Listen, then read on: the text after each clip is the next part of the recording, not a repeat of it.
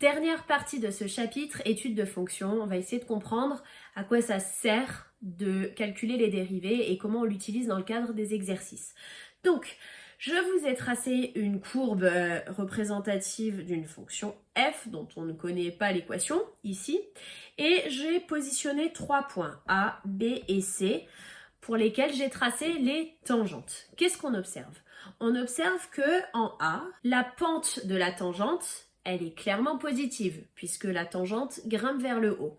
Donc la pente de la tangente, je rappelle que c'est f' de A est clairement positive et on observe que la fonction f, je ne vais pas mettre une flèche pour l'instant parce qu'on n'a pas encore établi qu'il y a un lien, on observe que la fonction f à cet endroit-là, elle va vers le haut, donc la fonction f est croissante. Si je me mets en B, la dérivée en B, autrement dit la pente de cette tangente-là, elle est clairement négative puisque la tangente va vers le bas. Et au même endroit, la fonction f est en train d'aller vers le bas, donc f est décroissante. Et si je regarde au niveau du point C, la tangente elle est horizontale, elle n'a donc pas de pente, f' de C est égal à 0.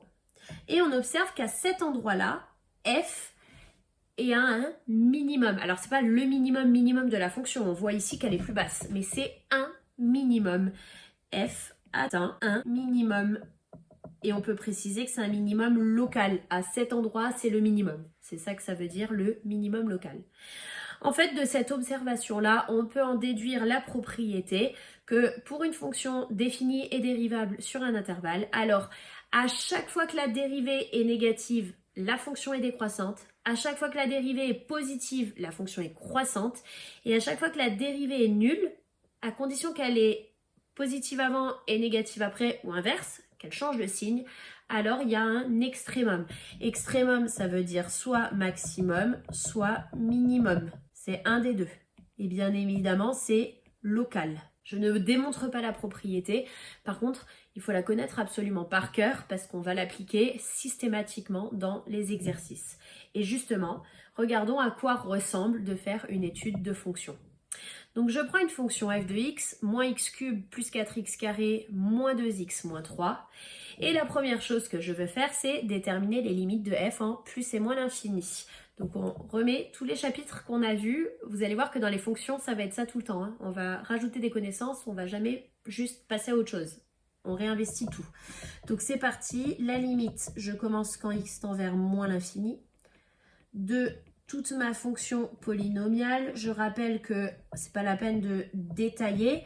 On avait expliqué que c'était la limite du terme de plus haut degré. X cube en moins l'infini, ça fait moins l'infini. Et à cause du moins devant, ça me donne donc plus l'infini. Et on fait exactement pareil en plus l'infini. Encore une fois, ça va être la limite du monôme de plus haut degré. Donc de moins x au cube.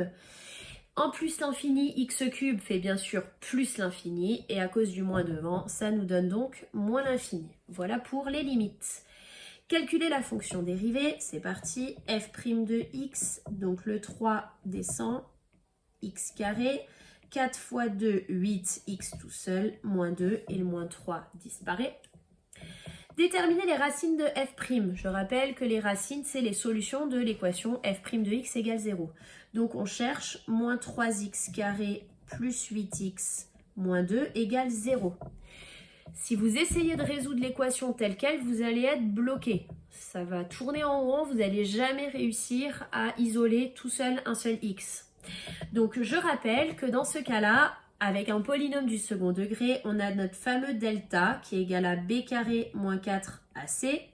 Donc 8 au carré moins 4 fois moins 3 fois moins 2. 8 au carré 64. 3 fois 4, 12 fois 2, 24. Moins et moins plus et encore avec un moins, ça ressort un moins. Ça fait donc 40. Il est positif. Donc il y a deux solutions qui sont données par x1 égale moins b moins racine de delta sur 2a et x2 qui est donné par moins b plus racine de delta sur 2a. Si jamais vous ne les connaissez plus, vraiment, ces formules-là à connaître absolument par cœur, hein. On va les réinvestir très régulièrement. C'est parti, moins b, donc moins 8, moins racine de 40 sur 2a, donc 2 fois moins 3, moins 6, et x2, moins 8, plus racine de 40 sur moins 6. Si je calcule tout ça à la calculatrice, sauf erreur de ma part, la première donne à peu près 2,4, la deuxième environ 0,3. Je continue, dresser le tableau de signes de f. Donc les valeurs de x, bien évidemment, elles vont de moins l'infini à plus l'infini. On vient de déterminer qu'il y a deux valeurs spécifiques pour lesquelles f' s'annule, x1 2,4 et x2 0,3. Donc x2 est plus petite que x1. Vous pouvez soit laisser les valeurs de x, soit laisser écrit x, soit mettre la valeur approchée. L'idéal, c'est quand même d'avoir une valeur exacte. Mais bon, ici, on n'en a pas. En tout cas, pas une qui s'écrit facilement. Et ça, c'est les deux valeurs pour lesquelles la dérivée s'annule. Donc, quand j'écris le signe de f', on est bien en train de parler de la dérivée dans cette ligne-là.